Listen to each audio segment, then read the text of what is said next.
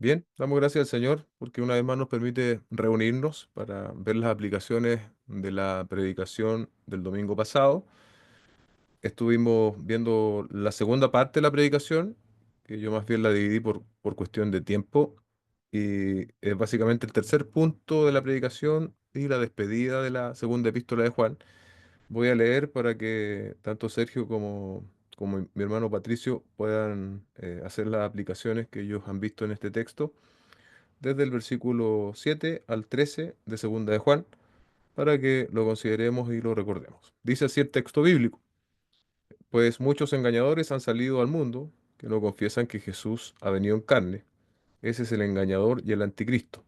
Tengan ustedes cuidado para que no pierdan lo que hemos logrado, sino que reciban abundante recompensa. Todo el que se desvía y no permanece en la enseñanza de Cristo no tiene a Dios. El que permanece en la enseñanza tiene tanto al Padre como al Hijo. Si alguien viene a ustedes y no trae esta enseñanza, no lo reciban en casa ni lo saluden, pues el que lo saluda participa en sus malas obras. Aunque tengo muchas cosas que escribirles, no quiero hacerlo con papel y tinta, sino que espero ir a verlos y hablar con ustedes cara a cara, para que su gozo sea completo. Te saludan los hijos de tu hermana escogida. Dejo entonces a Sergio y Patricio para que hagan las aplicaciones y nos compartan. Ahí. Buenas noches, Iglesia. Sí, en este tercer punto, ¿cierto? Segunda parte de la predicación, eh, defiendan la verdad, era el título de este tercer punto. Y nosotros podemos ver en la palabra del Señor un llamado a defender la verdad, ¿cierto? Obviamente tenemos que hacerlo con mansedumbre, con humildad, sin ofender a la persona, ¿cierto? Pero sí tenemos la responsabilidad de también alzar la voz cuando vemos que una herejía está siendo dicha, ¿cierto? Por defender la verdad, por amor a la verdad, por amor a Cristo. Me llama la atención en las palabras del apóstol Juan, en los textos que compartí el domingo pasado el pastor, cuando él está advirtiendo a sus destinatarios a tener cuidado porque había muchos engañadores, ¿cierto? Y pareciera que después de tantos años, ¿cierto? Esos engañadores vemos que se han multiplicado y lo podemos ver también nosotros aquí hoy en día. En ese contexto se estaba atacando la humanidad de Cristo, ¿cierto? Hoy en día también vemos que se ataca la escritura a Cristo de distintas maneras, la palabra de Dios en general. Justamente hace poco yo escuchaba a una persona, esta persona es este pastor Dante Gebel. Él decía y oraba de esta manera, él decía, estaba con su audiencia y todos lo estaban escuchando. Y él decía, Señor, queremos conocerte en espíritu. Y después decía a las personas que estaban ahí, olvídate de la palabra escrita, decía él. Olvídate de la palabra escrita, olvídate del Cristo en la carne. Después dijo, amamos a Cristo no al de los discípulos, sino al nuestro. Entonces, ahí nosotros podemos ver muchas mentiras, muchas herejías, porque si nosotros no amamos el Cristo de la Escritura, entonces, si no creemos en el Cristo de la Escritura, ¿en quién creemos entonces? ¿Cierto? Esa es una herejía. Entonces, porque solo el Cristo de la Escritura es el que puede salvar, ¿cierto? Y el mismo Cristo de la Escritura es el que está sentado hoy en día a la diestra del Padre y está gobernándolo todo. Entonces, podemos ver que esa persona es muy influyente y lo escuchan miles de personas, ¿cierto? Y estoy seguro que las personas que estaban ahí, más de alguna, puede estar sinceramente en ese lugar, queriendo conocer más al Señor, buscando al Señor. Y uno se atreve quizás a decir el nombre, no por el hecho de, no sé, de atacar o de decir, hola hermano, dice el nombre, sino porque quizás entre nosotros mismos puede haber una persona que piense que Dante Gebel es un fiel predicador de la Escritura y puede que lo escuche y la verdad que no es así. Entonces, por cuidarnos también, nosotros tenemos que señalar cuando hay una herejía. Entonces, nosotros tenemos que defender la verdad, ¿cierto? Decir sin temor, ¿cierto? Que eso está mal. Y bueno, como aplicación para que nosotros podamos defender la verdad, obviamente tenemos que defender la verdad, ¿cierto? Entonces, tenemos que conocer la verdad, perdón. Entonces, tenemos el desafío nosotros y la responsabilidad de conocer a Cristo, hermano, todos todos los días un poquito más, ¿cierto? Porque las mentiras, yo pensaba en la herejía, no siempre van a ser evidentes. Ningún falso maestro va a decir, por ejemplo, no sé, Cristo no existió, porque eso sería una mentira muy evidente. Se sabría el tiro que es mentira. Entonces, ellos en medio de la mentira ¿cierto? O sea, en medio de la verdad, van a introducir sus mentiras, de tal forma que aquellas personas que no conocen la palabra de Dios sean engañadas. Entonces, sonará muy, muy parecido a la verdad, pero no es verdad.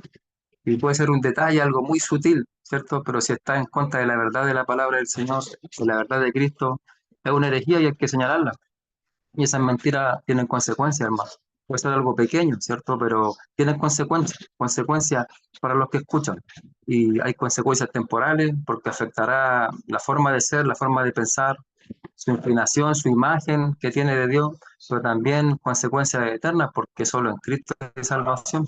Entonces, el llamado, yo pensaba, a nosotros es a conocer, hermanos, conocer cada día más la palabra del Señor. Ese es nuestro desafío, en la capacidad que el Señor nos ha dado a cada uno de nosotros. Quizá alguno va a tener más capacidad, otros menos, pero en la capacidad que el Señor nos ha dado a nosotros de aprender su palabra, debemos procurar crecer en ella, ¿cierto? Para vivir conforme a la voluntad del Señor, ¿cierto? Crecer en nuestro conocimiento y obviamente aplicar de qué forma defendiendo también la verdad. Eso, pastor. Amén. Buenas noches, iglesia. Que el Señor les bendiga. Sí, respecto a también ahondar un poco en lo mismo, pensaba y meditaba en el título, ¿cierto?, de este punto que se llama Defiendan la verdad. ¿Y cómo podríamos hacerlo? ¿O cómo podríamos defender la verdad si no conocemos al Señor? Si no escudriñamos la Escritura. Y eso también es una aplicación para nosotros del deber hacerlo, de abrir nuestra Escritura, de, de orar, de meditar en el Señor. No hay algo que uno pudiera defender sin conocer, sin saber de quién podríamos estar defendiendo. Antes de nuestro hermano Sergio nos daba unas aplicaciones de hacerlo con mansedumbre, pero yo me quiero enfocar un poco antes de eso. ¿Cómo podríamos hacerlo sin saber del Señor? Entonces, bueno, un poco como el del versículo 7, podemos aprender la importancia de estar alerta en nuestra búsqueda de la verdad. Hoy en día estamos en un mundo lleno e inmerso de información en Internet, información fácil, de fácil acceso y también uno se podría dejar llevar fácil también por argumentos que puedan ser atractivos, que nos puedan llamar la atención, pero que son cosas falsas, que son enseñanzas falsas que no debemos seguir ni, ni creer en eso. También es importante que nos mantengamos fieles, que nos mantengamos firmes en los principios bíblicos y que busquemos una comprensión profunda del Señor y una comprensión más completa de nuestra fe. Y eso nos recuerda a nosotros de que debemos estar atentos a los mensajes que escuchamos, a lo que oímos, y de no aceptar cualquier interpretación de la Biblia como algo verdadero, como algo veraz. Y respecto a esto, del verso 7 es inevitable no pensar en Berea, ¿cierto? En donde ellos escudriñaban. Me gustaría leérselos, dice Hechos 17. Enseguida, versículo 10, enseguida los hermanos enviaron de noche a Pablo y a Silas a Berea, los cuales al llegar fueron a la sinagoga de los judíos. Estos eran más nobles que los de Tesalónica, pues recibieron la palabra con toda solicitud, escudriñando diariamente las escrituras para ver si estas cosas eran así. De esta forma nosotros debemos hacerlo y nos alejamos un poco de los falsos maestros, escudriñando las escrituras, viendo si lo que se nos dice es verdad. Ahora, continuando un poco con los versos más adelante, en la prédica es fundamental tener un compromiso constante y diario con la palabra del Señor y con su oración. De esta forma nosotros podríamos en un futuro defender la verdad, en un futuro defenderlo cuando se cuestionen cosas básicas o principales de la Biblia y de esta forma también al escudriñar la escritura, al orar, no tan solamente podríamos defender la verdad, podríamos defender al Señor, sino que también fortalecería nuestra vida con el Señor y nos mantendríamos firmes también en la doctrina. Y eso también nos conllevaría a discernir entre las enseñanzas que son verdaderas y las enseñanzas que son falsas. Y así no caeríamos en un error de extraviarnos de lo que es correcto y lo que no. Finalmente, debemos recordar que esto es una tarea continua, no es algo solamente de ahora, porque al pastor le tocó predicar de eso, sino que esto es algo continuo en donde nosotros tenemos que escudriñar la Escritura, donde tenemos que orar, pedirle al Espíritu Santo que nos guíe, que nos ayude y también comunicarnos con los hermanos. las dudas que podamos tener, lo que hemos escuchado, y no caer en estos juegos de escuchar falsos maestros y terminar creyendo sus enseñanzas, sino que podamos ser como los de Berea también, que escudriñan que buscan, que si esas cosas que se les dicen es verdad, y también apoyarnos como iglesia. Esto es un trabajo continuo y no solamente algo de ahora. Así que eso, iglesia, que el Señor nos ayude y que nosotros pongamos de nuestra parte en buscar del Señor a través de la Escritura y a través de la oración. Amén. Gracias, Sergio. Gracias, Patricio, por esos énfasis. Y el Señor nos ayude a aplicar, amén, a aplicar la palabra en nuestras vidas. Como les dije el día domingo, yo quiero hacer una especie de mini estudio respecto de los testigos de Jehová. Y por ejemplo, a ver si José nos ayuda buscando Juan 14:28. Juan 14:28 es uno de los textos que, por ejemplo, los testigos de Jehová utilizan para decir que Jesucristo no es Dios. Leamos Juan 14:28. Dice, oyeron que les dije, me voy y vendré a ustedes. Si me amaran, se regocijarían, porque yo voy al Padre, ya que el Padre es mayor que yo. Entonces, en esa frase, ya que el Padre es mayor que yo, esta es una afirmación que la secta de los testigos de Jehová utilizan precisamente para decir que Jesucristo no es Dios, porque tal como dice ese texto, el propio Jesucristo está diciendo que el Padre es mayor que Él. Entonces, aquí hay varias explicaciones. Yo no creo que necesariamente sean que compitan las explicaciones al texto bíblico, sino creo que incluso se pueden complementar. Una de ellas es que el Señor Jesucristo se está refiriendo a lo que en teología se llama la economía de la Trinidad. ¿Qué es la economía de la Trinidad? Es las funciones que nosotros podemos discernir en la Escritura que tiene Dios Padre, Dios Hijo y Dios Espíritu Santo. En ese sentido, entonces, Jesucristo, al estar en carne, ¿no? Vendría a ser menor al Padre, pero no en un sentido de divinidad o de esencia divina. Es la misma esencia, es la misma divinidad, pero no es menor, no es un ser creado como también enseñan los testigos de Jehová. Esta subordinación del Hijo, dice un comentarista, era solo por un periodo de tiempo en la vida terrenal, durante su estadía en la tierra, para cumplir precisamente este plan eterno, ¿no? Este plan, como se dice en teología, intertrinitario. Entonces eso es lo que nosotros debiésemos considerar. Y lo cierto es que esto no es nuevo. De hecho, se dice que toda herejía o toda secta, más bien herejía, si nosotros retrocedemos en el tiempo, vamos a encontrar que siempre tuvo un precursor temprano.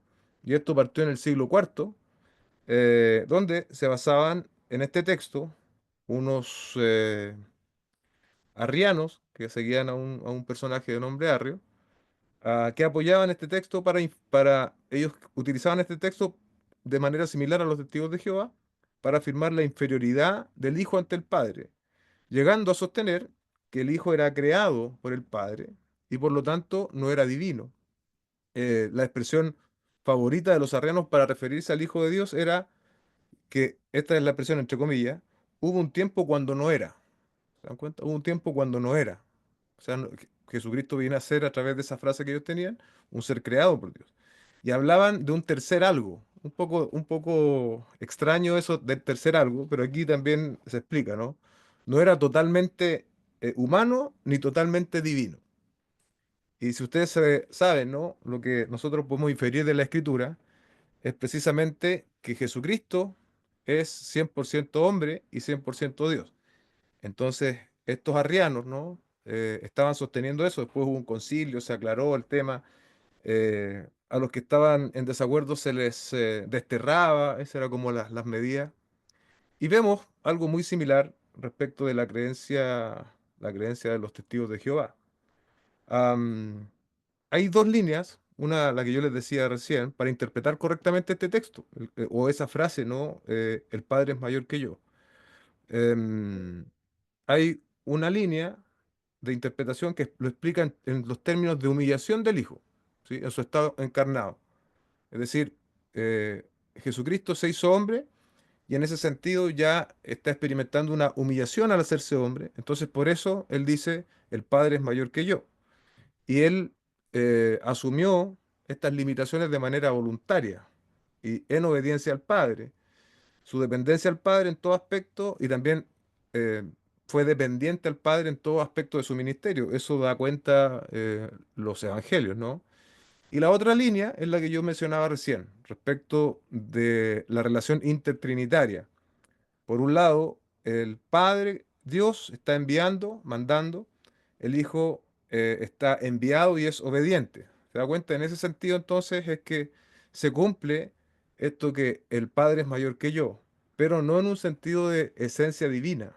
Por eso nosotros creemos en la Trinidad, creemos que el Padre es Dios, el Hijo es Dios, el Espíritu Santo es Dios, pero no hay tres dioses, ¿sí? Es un misterio tal vez para nosotros, pero lo que hacemos al mencionarlo de esta manera es mencionar o repetir o enfatizar lo que la propia Escritura enseña en este sentido.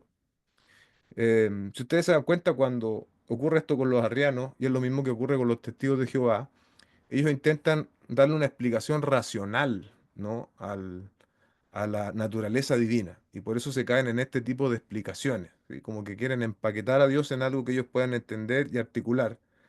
Y eso es lo que nosotros tenemos que saber hoy día, ¿no? Que se refiere al aspecto encarnado, esa es una línea interpretativa, o al aspecto de la economía de Dios y es cómo funciona la economía de Dios. Todo eso, obviamente, el Señor Jesucristo lo hizo de manera voluntaria, ¿sí? De manera voluntaria, él experimentó todo lo que experimentó como ser humano. Porque el Padre es mayor que yo, el pastor Miguel Núñez en las clases de... ¿Pastor Miguel hizo estas clases o no? Creo que sí, creo que sí. Am, Él decía algo, tal vez esto les va a quedar aún más claro. Dice, porque el Padre es mayor que yo, en ese momento Cristo había venido al mundo, se había encarnado y estaba actuando como representante del hombre. ¿Se dan cuenta? Jesucristo nos estaba representando. Ahí hablamos de la justificación, ¿no? Él vivió una vida perfecta y también pagó por nuestros pecados en la cruz del Calvario. Eso lo hizo como hombre y también como Dios, obviamente. Pero ahí obviamente él estaba en este estado de que el Padre era mayor que él, porque estaba encarnado, digamos. Y su condición ahí era subordinada al Padre. En ese sentido es que Cristo está hablando, el Padre es mayor que yo. ¿Se dan cuenta? No en un sentido de que él pudiese ser un ser creado por Dios, sino en un sentido temporal, en un sentido de la economía de la Trinidad, pero no en un sentido de la esencia divina, de la divinidad misma. Otro texto que se utiliza por parte de los testigos de Jehová, Apocalipsis 3:14. Apocalipsis 3:14. A ver si lo podemos leer.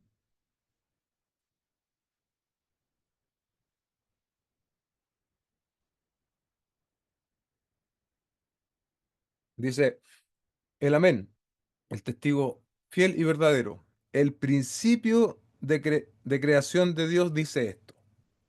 ¿Dónde creen ustedes que los testigos de Jehová se afirman ahora? Porque esto está hablando de Jesucristo. ¿Dónde ellos creen que se afirman para decir que Jesucristo es un ser creado?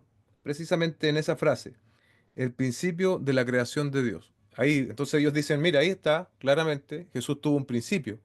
Ahí el propio texto lo está diciendo, el principio de la creación de Dios. Am, pero bueno, cuando nosotros vamos a los textos originales, más bien la idea de ese principio no es tanto del principio como nosotros concebimos del inicio de algo, sino más bien es el iniciador. El texto más bien ahí habla de origen, de fuente, pero no en un sentido de inicio como el primero, no, sino más bien como fuente. Entonces ahí está afirmando eso, y lejos de estar desconociendo la divinidad de Cristo, ese texto más bien la afirma. Está diciendo que Jesucristo está dando testimonio de que Él es el origen, Él es la fuente. Él, de hecho, en otros textos se demuestra que es el agente de la creación de Dios. Cristo entonces fue el iniciador de esa creación, el autor de la creación, Él es la fuente, es donde se origina el resto de la creación. Pero Él es eterno. ¿Sí? Él tiene existencia eterna. Él no tiene comienzo ni fin. Pero otra vez utilizan ese tipo de pasajes para, para establecer que Jesucristo es un ser creado y no es Dios.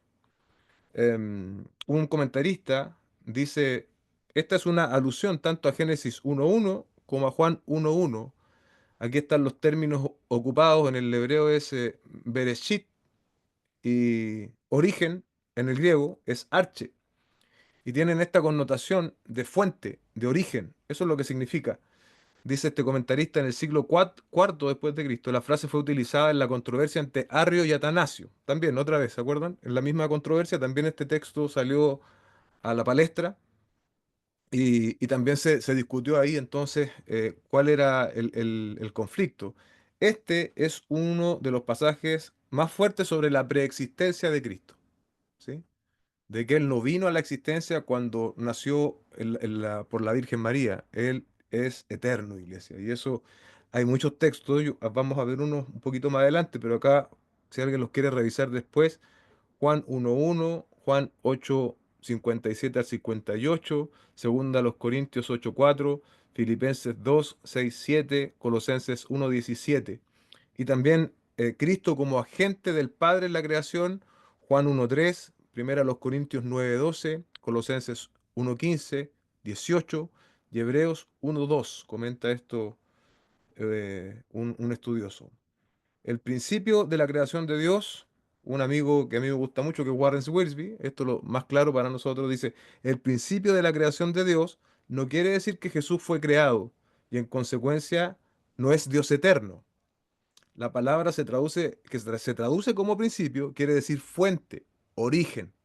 ¿Se da cuenta? Fuente, origen. O sea, y cuando hablamos de que Cristo es la fuente y el origen, estamos diciendo que Jesucristo es Dios.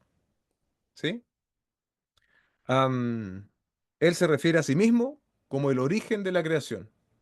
Y bueno, esto después, em, un comentario también señala que Pablo aquí, Pablo le había dicho algo similar a los colosenses y por lo tanto esta iglesia, la Odisea, habría estado leyendo Colosenses en sus servicios. O sea, ahí habría una relación, digamos, temática o de enseñanza que en el contexto original se entendería muy bien respecto de que Jesucristo era el origen de la creación y eso lo pueden ver en Colosenses 4:16.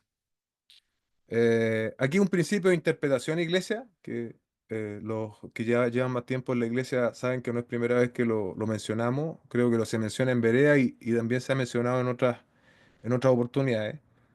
Es que la palabra debe interpretar a la palabra, ¿sí? Debemos interpretar la escritura con la escritura. Eso por un lado. Y dos, cuando yo tengo un versículo que no es muy claro, ¿sí? ¿Cómo yo lo debo interpretar? Con versículos que me arrojen luz respecto de esa declaración. Entonces, si para alguien este texto, por ejemplo, en Apocalipsis, o el que leímos en Juan, podría representar alguna duda, nosotros tenemos que primero buscar ese tipo de explicaciones técnicas que ayudan, dan mucha claridad, pero luego también arrojar a ese texto luz con textos que sí sean muy, muy claros. Y respecto de la divinidad de Cristo, el Nuevo Testamento nos ofrece un montón de textos explícitos, como los que yo mencioné antes, los que vamos a ver también en un momento, que afirman que Jesucristo es Dios, ¿sí? Que afirman de manera categórica que Jesucristo es Dios. Am, por ejemplo, Juan 1.3. Juan 1.3. Juan 1.3 dice de esos versículos que arrojan luz sobre pasajes que pudiesen representar dudas. Dice, todas las cosas fueron hechas por medio de Él y sin Él nada de lo que ha sido hecho fue hecho. Es decir, todas las cosas fueron hechas por medio de Él. Él es el agente de la creación, como decíamos antes. Y sin Él nada de lo que ha sido hecho fue hecho. Ahí ese versículo nos está arrojando esa luz de la cual estaba yo hablando recién, ¿no? Se está refiriendo a Cristo. En el principio era el Logos era Dios, el Logos estaba con Dios, pero también nos dice que todas las cosas fueron hechas por Él y sin Él nada hubiese sido hecho. Eso tenemos que nosotros saberlo. Otro texto que también nos habla de cristología claramente es Filipenses capítulo 2, versos 6 al 7. Dice así Filipenses 2, 6 al 7, el cual aunque existía en forma de Dios, escuche bien, en forma de Dios, y aquí esto es muy claro, no consideró ser igual a Dios como algo a que aferrarse. No consideró ser igual a Dios como algo que aferrarse, sino que se despojó a sí mismo tomando forma de siervo, haciéndose semejante a los hombres.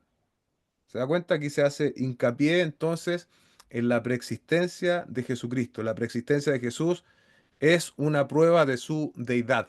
¿Sí? Es una prueba de su deidad. Jesús no empezó a existir a propósito de la Navidad ahora en Belén. Él ya existía, Él es eterno. Nunca ha habido un momento, esto es interesante, para que lo vayamos ahí masticando, nunca ha habido un momento en el que Jesús no haya existido ni dejará de ser divino. ¿Sí? Jesucristo no se convirtió, no pasó de hombre a Dios. ¿Sí? Él es Dios encarnado, es Dios hecho hombre. Y yo sé que estas cosas es necesario, iglesia, que nosotros nos preparemos, porque lamentablemente muchas veces los testigos de Jehová están equipados, ellos los preparan para enfrentar ciertas preguntas y muchas veces nosotros no tenemos cómo contraargumentar. ¿Sí? Aquí el texto en Filipenses también habla de la forma de Dios. Esta palabra griega se utiliza en varios sentidos. En el sentido aristotélico de la esencia, en el sentido de la naturaleza de algo o de esencia inalterable de algo. Así lo interpretaron, dice un comentarista, los padres de la iglesia. La forma exterior de algo, o como en la Septuaginta, esto no significa que Yahweh tenga un cuerpo físico, sino que los atributos, de sus atributos y sus características. La esencia misma de Dios Padre, haciendo alusión a Cristo, la esencia misma. Son evidentes en Dios el Hijo, ¿sí? Es otra manera de afirmar la plena deidad de Cristo, dice Bob Utley. Entonces, eso es muy importante, iglesia, y nosotros debiésemos ser más intencionales y manejar también aquellos versículos que hablan de la deidad de Cristo. ¿Sí?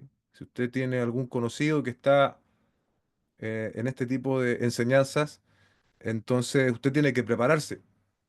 eh, Porque, claro, nosotros es verdad que tenemos un testimonio de vida de la experiencia de Cristo y eso es innegable para nosotros. Pero lo que esas personas necesitan es más que un testimonio, ellos necesitan que, así como ellos fueron instruidos para negar a Cristo, a través también de una traducción hecha a medida, también necesitan que nosotros nos preparemos para poder enfrentar sus dudas y, como decían delante mis hermanos, hacerlo con mansedumbre, ¿sí? Siempre tenemos que recordar que la idea no es ganar el argumento, sino que la idea es poder ganar el corazón de la persona, por decirlo de algún modo. Otro texto más, Colosenses 1:16, porque en él fueron creadas todas las cosas, las que hay en los cielos, las que hay en la tierra, visibles e invisibles, sean tronos, sean dominios, sean principados, sean potestades, todo fue creado por medio de él y para él. Otra vez, Cristo es el agente de la creación y esto está ampliamente atestiguado en muchos pasajes bíblicos que nos arrojan una idea clara, lúcida, ¿no? De la divinidad del Señor Jesucristo, que los testigos de Jehová han tratado de negar. En el texto que nosotros compartíamos el día domingo, se hablaba de los gnósticos, ¿no? Ellos negaban la humanidad de Cristo, que Cristo había venido, pero ellos decían que era una especie de fantasma, una especie de ilusión, una especie de espíritu, que Cristo nunca se había encarnado realmente. Entonces ahí ellos estaban negando la humanidad de Jesús. En este sentido, los testigos de Jehová se van al otro límite, ¿no? Para negar la divinidad de Cristo. Y como se dan cuenta, ambas situaciones son de conflicto, porque si Jesucristo no fue 100% Dios, tenemos problemas, ¿no? Y si Él no fue 100% hombre, también genera problemas, ¿sí? Si no fue 100% Dios, ¿cómo entonces su obra va a ser satisfactoria delante de la presencia del Padre? ¿Sí? ¿Cómo la justicia perfecta de Dios va a ser vindicada, va a ser satisfecha? Si Jesucristo no fue perfectamente Dios y perfecto. Y por otro lado, si Él no fue 100% hombre, ¿cómo nos va a representar a nosotros en la cruz del Calvario? Eso de manera simple, ¿no? De manera simple para que ustedes lo puedan un poco absorber, sobre todo aquellos que tal vez por primera vez están escuchando temas como este. Pero por eso trato de hacerlo lo más simple que mi capacidad me lo permite. Em, un texto también que está en el mismo Evangelio de Juan, con esto termino, es Juan 10:30, donde el Señor Jesucristo atestigua, yo y el Padre somos uno, ¿sí? Yo y el Padre somos uno. Aquí también nos podemos encontrar con otra secta que son los unicitarios, en este mismo texto, ¿no? Por eso es necesario no levantar doctrinas de textos aislados. O sea, generalmente lo que las sectas hacen es levantar doctrinas de textos aislados y después buscan la explicación. Después buscan la explicación con los otros pasajes. Pero bueno, la Biblia es, como yo decía el domingo, en este sentido, ¿no? De doctrinas tan fundamentales que creerla de manera correcta es lo que pone en juego, tal como en la experiencia de Juan, es la salvación de los hombres, ¿sí? El destino eterno de los hombres, la relación de los hombres con Dios. Yo creo que todas esas doctrinas así de relevantes, Dios las ha revelado de manera en que cualquier persona las puede entender. No solamente para personas ultra capacitadas o ultra genios bíblicos, sino que cualquier persona puede entender de manera correcta que Jesucristo es plenamente Dios, plenamente humano, puede entender el plan de redención, puede entender que es un pecador y que necesita restaurarse, restaurar su relación con Dios y que el único que puede satisfacer esa demanda que se le hace al hombre es Cristo. ¿Cómo lo alcanzamos? Mediante la fe en Jesucristo como nuestro Señor y Salvador. Así que, bueno, les dejo esos comentarios respecto a... Hay muchos pasajes, hay muchas otras cosas que se podrían hablar, pero espero haber sido lo suficientemente claro, por lo menos para sentarles un argumento. Y lo más importante, tal vez, más allá de los análisis así escuetos que hicimos de los pasajes, lo más importante es que entendamos eso, de que los textos que nos generan dudas, nosotros tenemos que venir a interpretarlos con aquellos textos que son mucho más claros. Y eso nos va a ayudar mucho en términos generales. Y también el asunto técnico, ¿no? Porque también a veces, sin saber necesariamente griego o hebreo, hay mucho material donde gente seria ha hecho trabajos para que nosotros tengamos también claridad y al menos sin tener profundidad en el conocimiento de esos idiomas originales, sí podemos entender lo que se está explicando. ¿Sí? Eso también es importante. Bien, Iglesia, vamos a dar gracias por esta aplicación y también por estos comentarios que hemos hecho. Padre, en el nombre de nuestro Señor Jesucristo, te damos gracias por esta oportunidad que tú nos has dado de compartir esta enseñanza, de traer una aplicación. Tal vez de manera distinta, ahora yo me enfoqué en esto de esta secta de los testigos de Jehová. Te pedimos que tú nos ayudes a estar mejor capacitados para poder en un momento dado enfrentar de manera teológica, Señor, los errores que ellos tienen. Y si tenemos familia o amigos que están en estos círculos, podamos también, Señor, orar por ellos y prepararnos para que la luz del Evangelio les pueda resplandecer, Señor. Que tú quieras utilizarnos como instrumentos, como vasos de barro para que en amor podamos compartir la verdad, Señor. Y también a nosotros mismos, Señor, podamos estar firmes en la verdad, no pretendiendo tener fortalezas que a veces no tenemos, sino que asumir nuestra debilidad para ser fortalecidos en ti, en tu verdad, Señor, y por tu Espíritu. Te damos gracias en el nombre de Jesús, nuestro Señor. Amén y amén.